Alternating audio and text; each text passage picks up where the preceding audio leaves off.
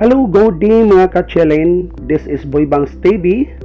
Ako day i-share ninyo ang bagong top karon.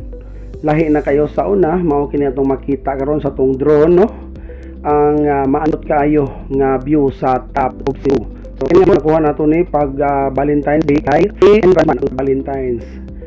So mao kaya to karon ang view sa top of Cebu. So hindi na chillin kay sa una. Sa una wala kayo. Sila pro mas panindot og mas gipa-upgrade nila maayo. So ano makita ron sa ibabaw na bahin pinagi sa drone. So sana nga mula diri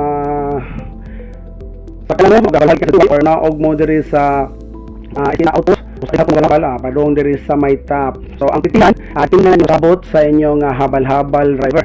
So sa tunga sa sakinan pwede ra accessible kayo tong dalan. Hinoon medyo bakilid siya tungason pero kung kondisyon lang gyud ang imong mga sakinan labi na sa mga magmotor.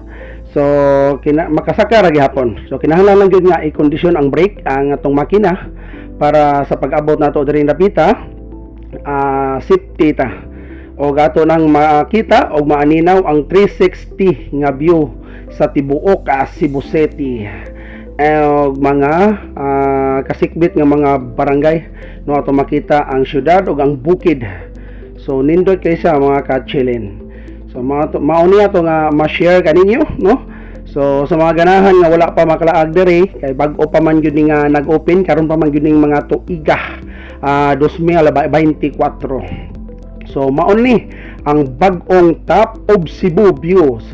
So diri na mga ka-chillin. Cebu ni bay. Alright? So mao ni karon no, nindot jud kay day. Nindot ang palibot. Alright?